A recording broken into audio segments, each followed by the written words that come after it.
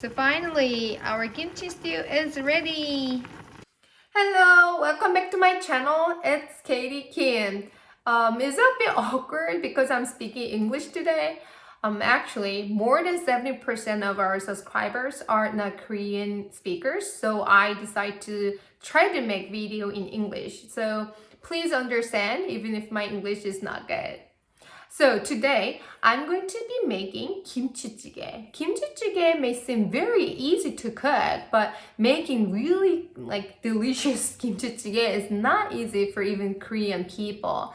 Most people like kimchi jjigae with plenty of broth, but it may cause the kimchi to get mushy. So I will show you how to make enough broth while keeping the kimchi from losing its own texture. So let's start.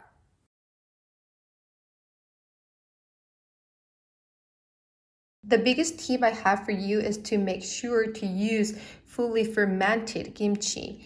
It's 2 cups of kimchi. And cut the kimchi into bite-sized pieces. And for the pork, use a high quality pork that doesn't contain too much fat.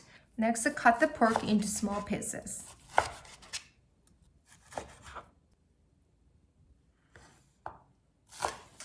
And then cut the scallion like so.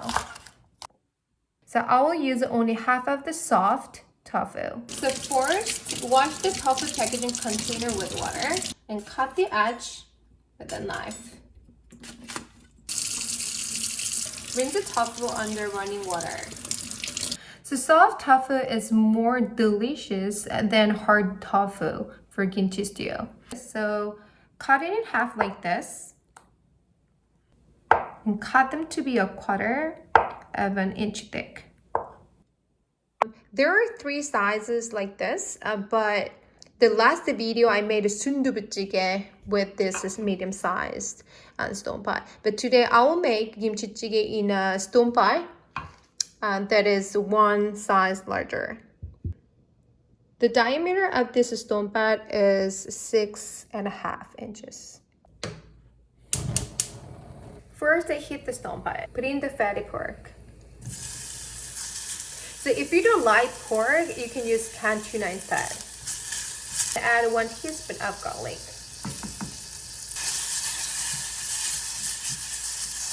And add kimchi. And then add light olive oil to fry the kimchi. So if I add a lot of pork fat, I don't need olive oil. But today I will be reducing the amount of fat and replacing it with olive oil to fry the kimchi.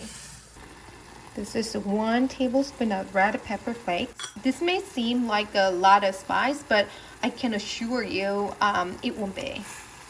I will add tofu and water later, so even if I add a lot of red pepper flakes now, it won't be too spicy, so don't worry. The red pepper flakes give the broth a nice and clean flavor. So the kimchi must be well fried so that it doesn't get mushy.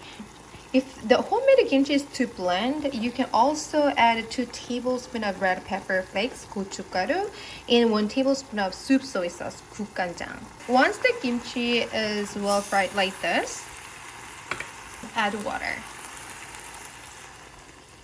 Of course, you can substitute with the anchovy broth. And when it boils like this, we can add our soft tofu. You can top it off with some scallion. So finally, our kimchi jjigae is ready. Let's taste it with a bowl of rice.